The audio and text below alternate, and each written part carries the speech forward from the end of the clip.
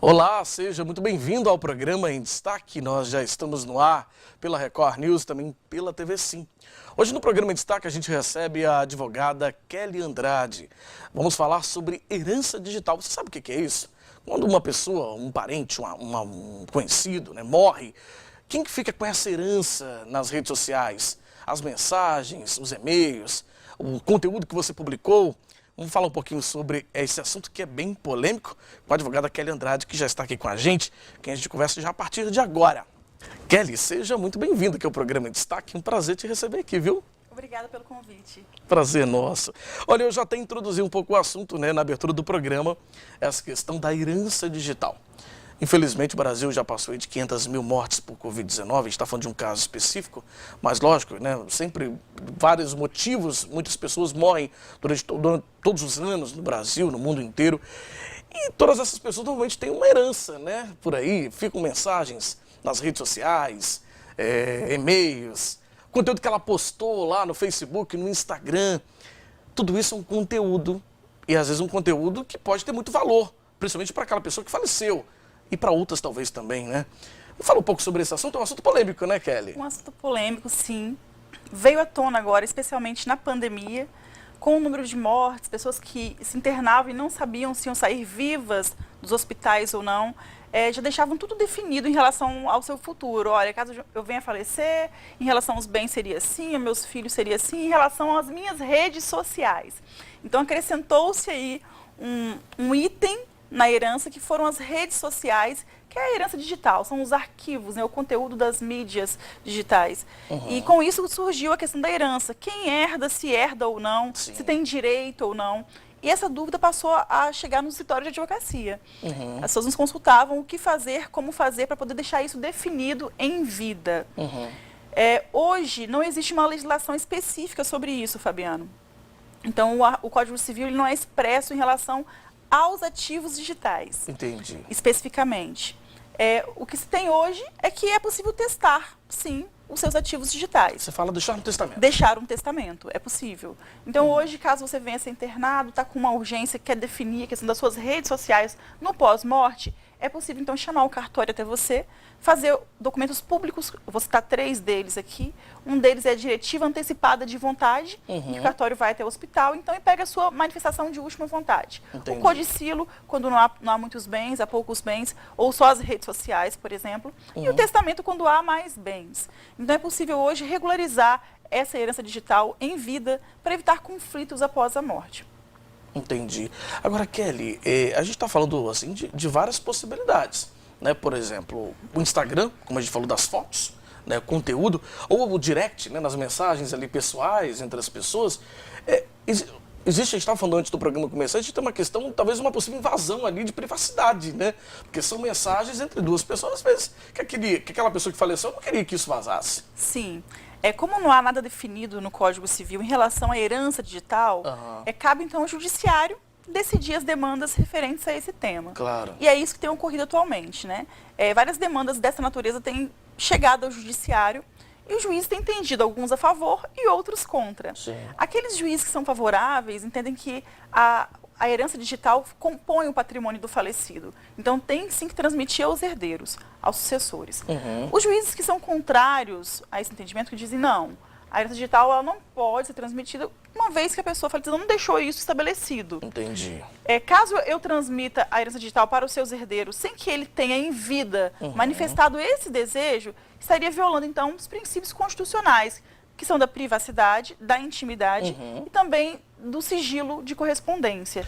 Quando a gente fala dessas violações, existem penas para esse tipo? Por exemplo, a pessoa faleceu, eram casados, uhum, E aí a pessoa vai lá, abre o celular dela e tem acesso a uma coisa que ela não queria que vazasse. Uhum. Existe uma pena para esse tipo de coisa? Sim, a violação, ela configura um crime. Uhum. Quando se a pessoa tinha senha e tinha acesso, então pressupõe-se, né, há um pressuposto consentimento. de que houve um consentimento da pessoa que deixou, né, Entendi. essas informações com quem entendia ser necessário. Se não teve o consentimento, Aí sim configura violação e poderia responder criminalmente, né? entendi. Ou seja, nesse caso, sim. Sim. Né? Mas, para resolver isso, o ideal, então, é ter um testamento. Sim. Já junto com os bens físicos, você também deixa a sua herança digital. Perfeito. Por isso que nós, advogados, sempre aconselhamos a ser feito um planejamento sucessório. É definir em vida como vai ficar o futuro de todas as suas coisas, inclusive a herança digital. Entendi. E aí ela teria que descrever tudo isso na herança? Por exemplo, deixo a minha senha, né? É um assunto até que parece curioso, né? Deixo a minha senha do Instagram, do meu Facebook para a pessoa fulano de tal, ciclano. Teria que descrever tudo isso mesmo, né? Sim, eu tenho meu canal no YouTube, o meu e-mail, né? Meu Aham. Instagram, Facebook, meu Telegram. Enfim, é importante que haja esse detalhamento no testamento. Entendi. Até para ter uma segurança, porque não tiver expresso, não estará incluído, né? Entendi. Já se pressupõe que aquilo não foi autorizado Sim. para ter acesso no futuro, né? Curioso, né? Porque a gente sempre fala realmente de herança de bens físicos, que valem talvez dinheiro, né?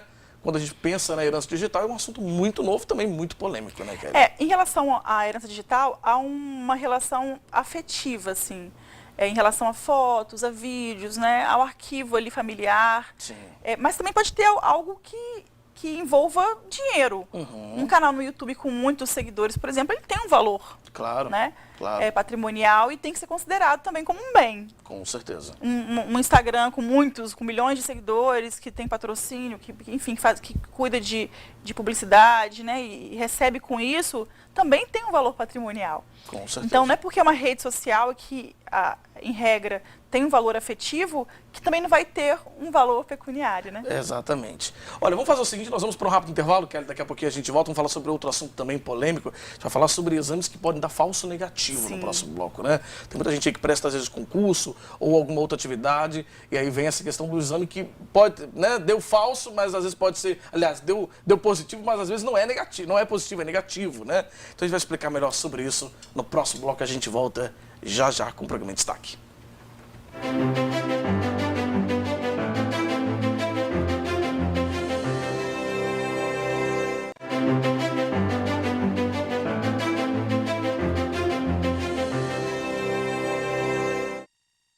Estamos de volta com o nosso programa, hoje recebendo em destaque a advogada Kelly Andrade, nossa convidada. No bloco anterior nós falamos sobre um assunto que é do momento, muito atual, né, muito polêmico também, que é a questão da herança digital, né? Uma pessoa morre, quem fica com essa herança nas redes sociais, dos e-mails, das contas virtuais, enfim, tudo isso, né?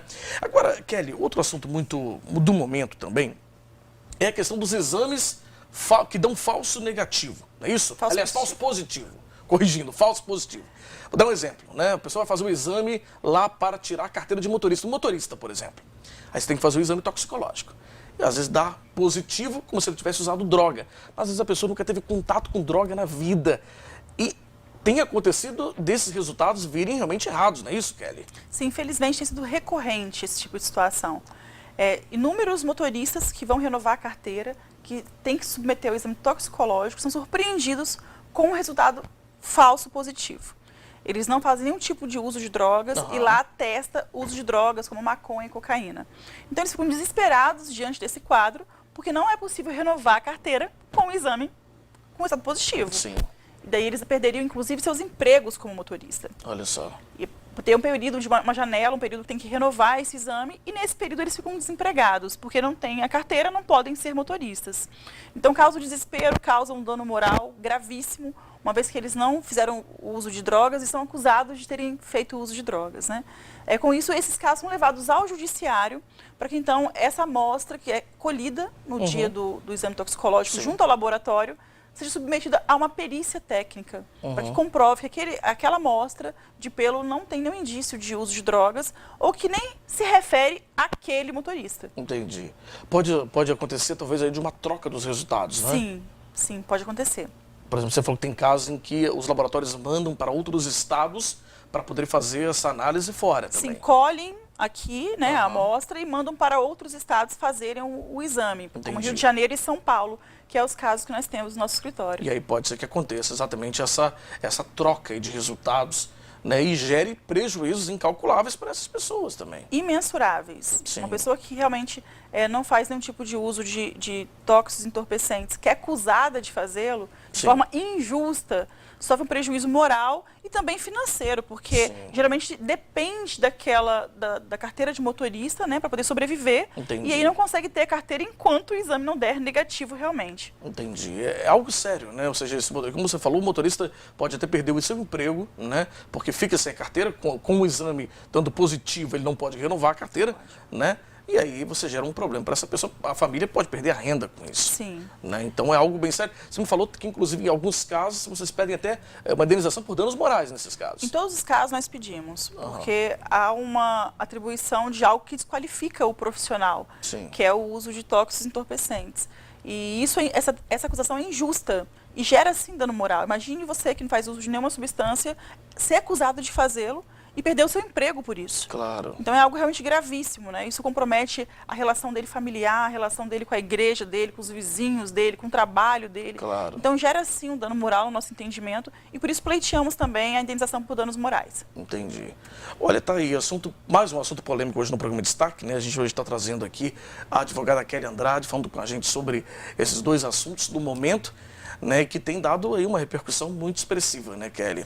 Olha, infelizmente o nosso tempo está chegando ao fim. Eu quero agradecer muito a Kelly Andrade, advogada, hoje falando com a gente aqui no programa sobre herança digital e também sobre os exames que dão falso positivo. Kelly, foi um prazer, viu? O prazer foi meu. Obrigada, Fabiano. Obrigado. Bom, e a você de casa, muito obrigado pela sua audiência e pela sua companhia. Se você quiser rever essa entrevista com a doutora Kelly Andrade, é só acessar o nosso site, simnoticias.com.br. Um abraço para você e até qualquer hora na Record News, também na TV Sim. Tchau, tchau, até lá.